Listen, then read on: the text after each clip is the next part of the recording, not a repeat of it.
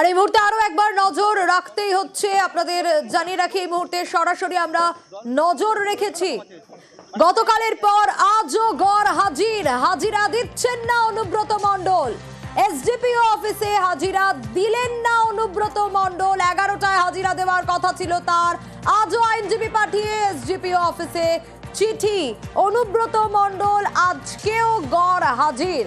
11টার সময় তার হাজিরা দেওয়ার কথা ছিল এবং 11টা বেজে গেছে, 11:19 ঘড়ির কাঁটায়। কিছুক্ষণ আগেই জানা গেল অনুব্রত মণ্ডল হাজিরা দিচ্ছেন না, এসডিপিও অফিসে গেলেন না তিনি। গতকালও আইনজীবী মারফত চিঠি পাঠিয়েছিলেন এবং আজকেও আইনজীবী পাঠিয়েই এসডিপিও অফিসে জানিয়ে দিলেন আজও হাজিরা দিলেন না অনুব্রত মণ্ডল। পরবর্তী পদক্ষেপ তাহলে কি হতে চলেছে, আরো ডিটেইল আপডেট নেব। ইন্দ্রজিৎ রয়েছে আমার সঙ্গে, ইন্দ্রজিতের কাছ থেকেই জানতে পারবো যে এরপর তাহলে কি হতে চলেছে। ইন্দ্রজিৎ, গতকালও হাজিরা দেননি, আজকেও হাজিরা দেওয়ার কথা ছিল, 11টায় এলেন না, পরবর্তী পদক্ষেপ তাহলে কি?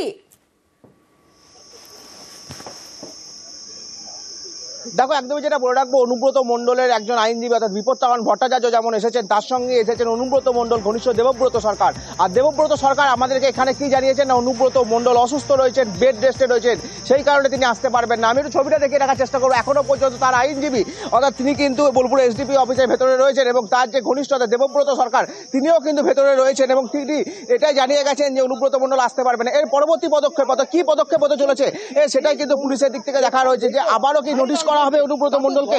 কারণ কালকে দেখা গেছিল অনুব্রত মণ্ডল যখন আসেননি ঠিক তখনই তাকে কিন্তু আবারও নোটিশ করা হয়েছিল এবং দ্বিতীয় নোটিশ করা হয়েছিল। আজকে কি তাহলে আবারও তৃতীয় নোটিশ করা হতে চলেছে অনুব্রত মণ্ডলকে? এটাই কিন্তু সব থেকে বড় প্রশ্ন যে দ্বিতীয় নোটিশ কখন করতে চলেছে পুলিশ।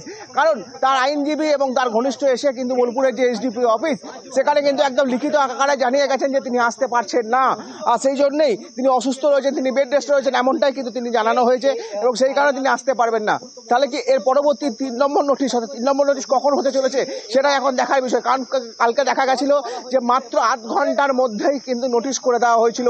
তাহলে এবার কিন্তু একটা বিষয় একটু জানতে চাইবো যে হাজিরা গতকালও তিনি এড়িয়েছিলেন, হাজিরা এড়ালেও দলীয় কার্যালয়ে তাকে দেখা গিয়েছিল, তিনি দলীয় কার্যালয়ে গিয়েছিলেন, আর আজ বলা হচ্ছে তিনি এতটাই অসুস্থ, বেড রেস্টে।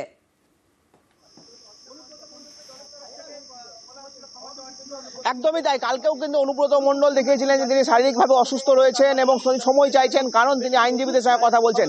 আজকে কি দেখা গেল, আজকেও কিন্তু তিনি অসুস্থ রয়েছেন বলা হচ্ছে। এবং কালকে কি দেখা গেছিল, কালকে কিন্তু অনুব্রত মণ্ডল ঠিক যেমন অন্যান্য দিন যেমন দলীয় কার্যালয়ে এসে থাকেন ঠিক তেমনই কিন্তু ভাবে দলীয় কার্যালয়ে কিন্তু কালকেও তিনি এসেছিলেন, আজকেও তিনি এলেন। তাহলে কি আজকেও কি তিনি আসবেন দলীয় কার্যালয়ে? তাহলে কি অসুস্থতা সম্পূর্ণ বাহানা দেওয়া হচ্ছে? কারণ যেহেতু পুলিশে হাজিরা এড়ানোর জন্যই কি অসুস্থতা দেখানো হচ্ছে?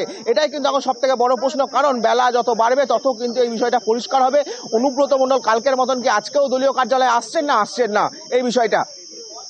বেশ, আমাদেরও নজর থাকবে ইন্দ্রজিৎ যে এরপর পুলিশের তরফ থেকে পরবর্তী পদক্ষেপ কি হয়।